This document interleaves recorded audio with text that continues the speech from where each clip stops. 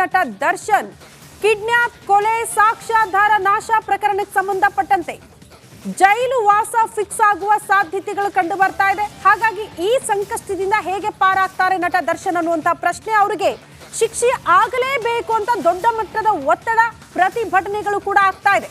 ಒಬ್ಬ ಅಭಿಮಾನಿಯ ಜೀವ ತೆಗೆದವನ ರಕ್ಷಣೆ ಯಾಕಾಗಿ ಅನ್ನೋದು ಬಹುತೇಕರು ಈ ಪ್ರಶ್ನೆ ಮಾಡ್ತಿದ್ದಾರೆ. ಕಾರಣ ನಿನ್ನೆ ಪೊಲೀಸರು ಆತನ ರಕ್ಷಣೆಗೆ ನಿಂತ್ಕೊಂಡಿದ್ದಾರಾ, ಶಾಮಿಯಾನ ಅಳವಡಿಕೆ ಮಾಡಲಾಯಿತು, ಹಲವು ಅನುಮಾನಗಳಿಗೆ ಎಡೆ ಮಾಡಿಕೊಟ್ಟಿತ್ತು ಆ ಬೆಳವಣಿಗೆ. ಅದಾದ ಬಳಿಕವೇ ದೊಡ್ಡ ಮಟ್ಟದ ಆಕ್ರೋಶ ವ್ಯಕ್ತವಾಗೋದು ಕಾರಣ ಆಯಿತು.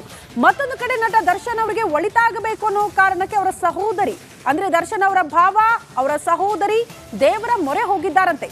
ಈ ಕುರಿತು ಎಲ್ಲಾ ಡೀಟೇಲ್ಸ್ ಅನ್ನ ನಿಮ್ಮ ಮುಂದೆ ಇಡ್ತಾ ಹೋಗ್ತೀವಿ. ಪ್ರಮುಖವಾಗಿ ಗಮನಿಸೋಣ, ನಟ ದರ್ಶನ್ ಒಳಿತಿಗಾಗಿ ವಿಶೇಷ ಪೂಜೆಯನ್ನ ಸಲ್ಲಿಕೆ ಮಾಡಲಾಗಿದೆ ಅಂತ. ಅವ್ರಿಗೆ ಒಳಿತಾಗಬೇಕು, ಯಾವುದೇ ರೀತಿಯ ಸಮಸ್ಯೆ ಆಗಬಾರ್ದು, ಸಂಕಷ್ಟ ಆಗಬಾರ್ದು ಅನ್ನೋ ಕಾರಣಕ್ಕೆ ದೇವರ ಮೊರೆ ಹೋಗಿದ್ದಾರೆ. ದರ್ಶನ್ ಸಹೋದರಿ ದಿವ್ಯಾ, ಪತಿ ಮಂಜುನಾಥ್, ಕೈಗಾದ ಶನೇಶ್ವರ ರಾಮಲಿಂಗೇಶ್ವರ ದೇವಸ್ಥಾನದಲ್ಲಿ ವಿಶೇಷ ಪ್ರಾರ್ಥನೆ. ಕೊಲೆ ಕೇಸ್ನಿಂದ ದರ್ಶನ್ ಪಾರಾಗ್ಲಪ್ಪ ಅಂತ ದೇವರ ಮೊರೆ ಹೋಗಿದ್ದಾರೆ. ರಾಮಲಿಂಗೇಶ್ವರ ದೇವಸ್ಥಾನದಲ್ಲಿ ವಿಶೇಷ ಪೂಜೆಯನ್ನ ಸಲ್ಲಿಸಿದ್ದಾರೆ. ಸಹಜ, ಇದು ಕುಟುಂಬಸ್ಥರಿಗೆ ಒಂದು ಆತಂಕ ಇದೆ. ಅವ್ರು ತಪ್ಪು ಮಾಡಿದ್ರು ಕೂಡ ತಪ್ಪು ಮಾಡಿಲ್ಲಪ್ಪ ದೇವ್ರೆ, ಅವ್ರನ್ನ ರಕ್ಷಣೆ ಮಾಡಬೇಕು ಅಂತ ದೇವರ ಮೊರೆ ಹೋಗಿರೋದು. ಆದ್ರೆ ದೇವರು ನ್ಯಾಯದ ಪರವಾಗಿ ತೀರ್ಪು ಕೊಟ್ರೆ ಖಂಡಿತ ಅವರಿಗೆ ಸಂಕಷ್ಟ. ಯಾರು ಎಷ್ಟೇ ಪ್ರಾರ್ಥನೆ ಮಾಡಿದ್ರು ಕೂಡ ಕೊಲೆ ಮಾಡಿರೋದು, ಕೊಲೆ ಪ್ರಕರಣದಲ್ಲಿ ಭಾಗಿಯಾಗಿರೋದು, ಅದಕ್ಕೆ ಪೂರಕ ಸಾಕ್ಷ್ಯಾಧಾರಗಳು ಸಿಕ್ಕಿರೋದು ಎಲ್ಲವೂ ಕೂಡ ಸತ್ಯ. ಈ ಬಗ್ಗೆ ಮತ್ತಷ್ಟು ಡೀಟೇಲ್ಸ್ ಅನ್ನ ಕೊಡ್ತಾ ಹೋಗ್ತಾರೆ ನಮ್ಮ ಪ್ರತಿನಿಧಿ ಶೇಷಗಿರಿ ದೂರವಾಣಿ ಸಂಪರ್ಕದಲ್ಲಿ. ಶೇಷಗಿರಿ, ಸದ್ಯ ವಿಶೇಷ ಪ್ರಾರ್ಥನೆ ಕೂಡ ಸಲ್ಲಿಕೆ ಆಗ್ತಾ ಇದೆ ದೇವಸ್ಥಾನದಲ್ಲಿ, ಗಮನಿಸ್ತಾ ಇದ್ವಿ. ದರ್ಶನ್ ಅವರಿಗೆ ಒಳಿತಾಗಬೇಕು ಅನ್ನೋ ಕಾರಣಕ್ಕೆ ಏನ್ ಡೀಟೇಲ್ಸ್ ಕೊಡ್ತೀರಿ ಈ ವಿಚಾರಕ್ಕೆ ಸಂಬಂಧಪಟ್ಟಂತೆ? ಹೌದು ಶ್ರುತಿ, ನಡಿ ಈಗ ಶುರು ಮಾಡೋಣ.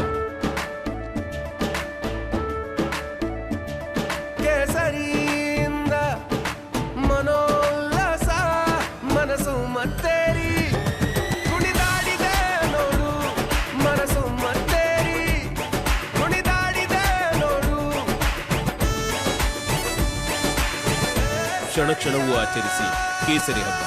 ವಿಮಲ್ ಬಾಯಲ್ಲಿ ಹೇಳಿ ಕೇಸರಿ. ದರ್ಶನ್ ಅವರ ಬಂಧನ ಆದ್ಮೇಲೆ ಅವರ ಕುಟುಂಬಸ್ಥರು ಮತ್ತು ಅವರ ಅಭಿಮಾನಿಗಳು ಕೂಡ ಬೇರೆ ಬೇರೆ ರೀತಿಯಲ್ಲಿ ಪೂಜೆ ಪುನಸ್ಕಾರಗಳು ಕೂಡ ನಡೆಸ್ತಾ ಇರುವಂತದ್ದು. ಅದರಲ್ಲೂ ದರ್ಶನ್ ಅವರ ಭಾವ ಮಂಜುನಾಥ್ ಅವರು ಮತ್ತು ಅವರ ಪತ್ನಿ ದಿವ್ಯಾ, ಅಂದ್ರೆ ದರ್ಶನ್ ಅವರ ಸಹೋದರಿ, ಇವರು ಕಾರವಾರದ ಕೈಗಾದಲ್ಲಿರುವ ರಾಮಲಿಂಗೇಶ್ವರ ದೇವಸ್ಥಾನದಲ್ಲಿ ವಿಶೇಷ ಪೂಜೆಯನ್ನು ಸಲ್ಲಿಸ್ತಾ ಇರುವಂತದ್ದು. ಯಾಕಂತ ಹೇಳಿದ್ರೆ ಈಗಾಗಲೇ ದರ್ಶನ್ ಅವರು ಪೊಲೀಸ್ ಬಂಧನಕ್ಕೆ ಒಳಗಾಗಿದ್ದಾರೆ ಮತ್ತು ಅವರನ್ನ ಬಿಡುಗಡೆ ಮಾಡಬೇಕು ಮತ್ತು ಅವರು ಸಾರ್ವಜನಿಕ ಜೀವನದಲ್ಲಿ ತಮ್ಮ ಸೇವೆಗಳನ್ನ ಸಲ್ಲಿಸಲಿಕ್ಕೆ ಮತ್ತೆ ದೇವರು ಅವಕಾಶ ಮಾಡಿಕೊಡಬೇಕೆಂಬ ಪ್ರಾರ್ಥನೆಯನ್ನ ಅವರ ಕುಟುಂಬಸ್ಥರು ಮಾಡ್ಕೊಂಡಿರುವಂತದ್ದು. ರಾಮಲಿಂಗೇಶ್ವರ ದೇವಸ್ಥಾನದಲ್ಲಿ ವಿಶೇಷವಾಗಿ ಇವತ್ತು ಬೆಳಿಗ್ಗೆ ನವಗ್ರಹ ಪೂಜೆ ಮತ್ತು ಶಾಂತಿ ಪೂಜೆಯನ್ನ ಮಂಜುನಾಥ್ ಮತ್ತು ಅವರ ಪತ್ನಿ ದಿವ್ಯಾ ಅವರು ಮಾಡಿದ್ದಾರೆ. ಆದಷ್ಟು ಬೇಗ ಪ್ರಕರಣದಿಂದ ಮುಕ್ತರಾಗಿ ದರ್ಶನ್ ಅವರು ಹೊರಬರಬೇಕು ಮತ್ತು ಅವರು ಪ್ರಾಣಿ ಮತ್ತು ಪಕ್ಷಿಗಳ ಬಗ್ಗೆ ಬಹಳ ಅಭಿಮಾನವನ್ನ ಹೊಂದಿದಂತವರು ಮತ್ತು ಸಮಾಜ ಸೇವೆಯಲ್ಲೂ ಕೂಡ ವಿವಿಧ ಬೇರೆ ಬೇರೆ ಜನರಿಗೂ ಕೂಡ ಸಹಾಯ ಹಸ್ತವನ್ನ ಚಾಚಿದ್ದಾರೆ. ಹೀಗಾಗಿ ದಿ ಬಾಸ್ ಆದಷ್ಟು ಬೇಗ ಬಿಡುಗಡೆಯಾಗಿ ಎಲ್ಲರಿಗೂ ಮತ್ತೆ ಸೇವೆಯನ್ನ ನೀಡುವಂತೆ ಆಗಲಿ ಎಂಬ ಪ್ರಾರ್ಥನೆ ಕೂಡ ಅವರ ಕುಟುಂಬಸ್ಥರು ಮಾಡ್ಕೊಳ್ತಾ ಇರುವಂತದ್ದು. ಶ್ರುತಿ, ಓಕೆ ಶೇಷಗಿರಿ, ಧನ್ಯವಾದಗಳು ತಮ್ಮೆಲ್ಲ ಮಾಹಿತಿಗೆ.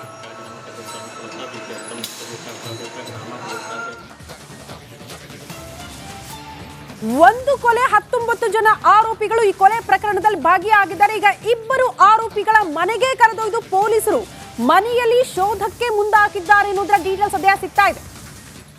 ಯಾರು ಆರೋಪಿಗಳು, ಎಲ್ಲಿ ಶೋಧ ನಡೆದಿದೆ, ಆ ಕುರಿತ ಡೀಟೇಲ್ಸ್ ನಿಮ್ಮ ಮುಂದೆ.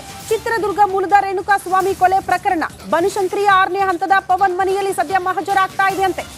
ಪವನ್ ನಿವಾಸದಲ್ಲಿ ಸ್ಥಳ ಮಹಜರಿಗೆ ಪೊಲೀಸರ ಆಗಮನವಾಗಿದೆ. ಪವನ್ ಕೇಶವ್ ಮೂರ್ತಿನ ಕರೆದುಕೊಂಡು ಬಂದು ಪೊಲೀಸರು ಸ್ಥಳ ಮಹಜರಿಗೆ ಮುಂದಾಕಿದ್ದಾರೆ ಎನ್ನುವುದರ ಡೀಟೇಲ್ಸ್ ಸದ್ಯ ಸಿಗ್ತಾ ಇದೆ. ಪವನ್ ಮತ್ತು ಕೇಶವ್ ಮೂರ್ತಿ ಕೊಲೆ ಪ್ರಕರಣದಲ್ಲಿ ಭಾಗಿಯಾದವರು, ಅವರ ನಿವಾಸಕ್ಕೆ ಕರೆದು ತಂದು ಸ್ಥಳ ಮಹಜರಿಗೆ ಪೊಲೀಸರು ಮುಂದಾಕಿದ್ದಾರೆ. ಈಗ ಹತ್ಯೆ ಎಲ್ಲಾಗಿತ್ತು, ಕಿಡ್ನಾಪ್ ಎಲ್ಲಾಗಿತ್ತು, ಶವವನ್ನ ಎಲ್ಲಿ ಬಿಸಾಡಿದ್ರು, ಎಲ್ಲಾ ಕಡೆ ಕೂಡ ಸ್ಥಳ ಮಹಜರಾಗಿದೆ. ಜೊತೆಗೆ 30 ಲಕ್ಷಕ್ಕೆ ಮೃತದೇಹದ ವಿಲೇವಾರಿಗೆ ಡೀಲ್ ಕುದುರಿಸಲಾಗಿತ್ತು. ಆ 30 ಲಕ್ಷ ಹಣವನ್ನ ಕೂಡ ಸೀಸ್ ಮಾಡಿದ್ದಾರೆ. ಆ 30 ಲಕ್ಷ ಎಲ್ಲಿ ಪತ್ತೆ ಆಯಿತು, ಅಲ್ಲೂ ಕೂಡ ಸ್ಥಳ ಮಹಜರಾಗಿತ್ತು. ಈಗ ಪವನ್ ಮತ್ತು ಕೇಶವ್ ಮೂರ್ತಿ ಅವರ ನಿವಾಸಕ್ಕೆ ಕರೆತಂದು ಸ್ಥಳ ಮಹಜರಿಗೆ ಪೊಲೀಸರು ಮುಂದಾಗಿರುವ ದೃಶ್ಯವನ್ನ ಕೂಡ ನಾವು ಗಮನಿಸ್ತಾ ಇದ್ದೀವಿ.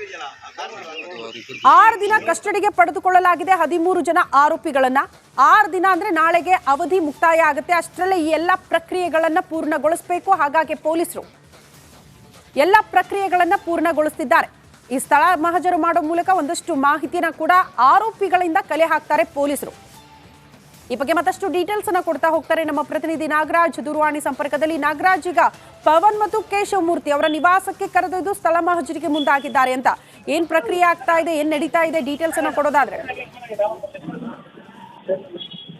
ಏನು ಶ್ರುತಿ, ಪವನ್ ಮತ್ತೆ ಕೇಶವಮೂರ್ತಿ ಬಂಧಿತ ಆರೋಪಿಗಳಿದ್ರೆ ಅವರಿಬ್ಬರನ್ನ ಬನಶಂಕರಿಗೆ ಕರೆದುಕೊಂಡು ಹೋಗಿ ಅವರ ಮನೆಗಳಲ್ಲಿ ಮಹಜರು ಮಾಡುವ ಪ್ರಕ್ರಿಯೆಯನ್ನ ಪೊಲೀಸ್ ಅಧಿಕಾರಿಗಳು ಮಾಡ್ತಾ ಇರತಕ್ಕಂಥದ್ದು. ಯಾಕಂದ್ರೆ ಕೆಲವೊಮ್ಮೆ ಏನೋ ಒಂದು ಕೃತ್ಯವನ್ನ ಎಸಗಿದ ಬಳಿಕ ಮನೆಗೆ ಹೋಗಿದ್ರು, ಅವರ ಮೊಬೈಲ್ ಅಲ್ಲಿಗೆ ಹೋಗಿತ್ತು. ಆ ಟವರ್ ಡಂಪ್ಗೆ ಸಂಬಂಧಿಸಿದಂತೆ ನಾವು ಕೃತ್ಯವನ್ನ ಎಸಗಿದ ಬಳಿಕ ಇದೇ ಒಂದು ಜಾಗಕ್ಕೆ ಹೋಗಿದ್ವಿ ಅಂತೇಳಿ ಆರೋಪಿಗಳು ಹೇಳಿಕೆಯಲ್ಲಿ ನೀಡಿದ್ರು. ಅದನ್ನ ದೃಢೀಕರಿಸಿಕೊಳ್ಳೋದಕ್ಕೆ ಒಂದು ಮಹಜರು ಪ್ರಕ್ರಿಯೆಯನ್ನ ಭಾಗವಾಗಿ ಇವತ್ತು ಆರೋಪಿಗಳನ್ನ ಅಲ್ಲಿ ಕರ್ಕೊಂಡು ಹೋಗ್ತಾ ಇರ್ತಕ್ಕಂಥದ್ದು. ಇನ್ನು ಸ್ವಲ್ಪ ಹೊತ್ತಿನಲ್ಲಿ ಏನು ಆರೋಪಿಗಳು ಬಂದು ಇಲ್ಲೇ ಉಳಿದುಕೊಂಡಿದ್ವಿ, ಕೃತ್ಯ ಎಸಗಿದ ನಂತರ ನಾವು ಇಲ್ಲಿಗೆ ಬಂದಿದ್ವಿ ಅನ್ನೋ ಒಂದು ಮಾಹಿತಿಯನ್ನ ಕೊಟ್ಟ ಬಳಿಕ ಅವರು ಆರೋಪಿಗಳ ಹೇಳಿಕೆಯನ್ನ ಮಹಜರು ಪೇಪರ್ ನಲ್ಲಿ ಏನ್ ದಾಖಲು ಮಾಡಿ ಮತ್ತೆ ಎಲ್ಲಿ ಆ ಮನೆ ಇದೆ, ಮನೆ ವಿಳಾಸ ಜೊತೆಗೆ ಆ ಮನೆ ಅಕ್ಕಪಕ್ಕದಲ್ಲಿ ಇರ್ತಕ್ಕಂಥ ಗುರುತುಗಳೇನಿದಾವೆ ಅವುಗಳನ್ನ ಗುರುತಿಸಿ ಅಲ್ಲಿಂದ ವಾಪಸ್ ಆಗುವಂತದ್ದು. ಓಕೆ ನಾಗರಾಜ್, ಧನ್ಯವಾದಗಳು ತಮ್ಮೆಲ್ಲ ಮಾಹಿತಿಗೆ.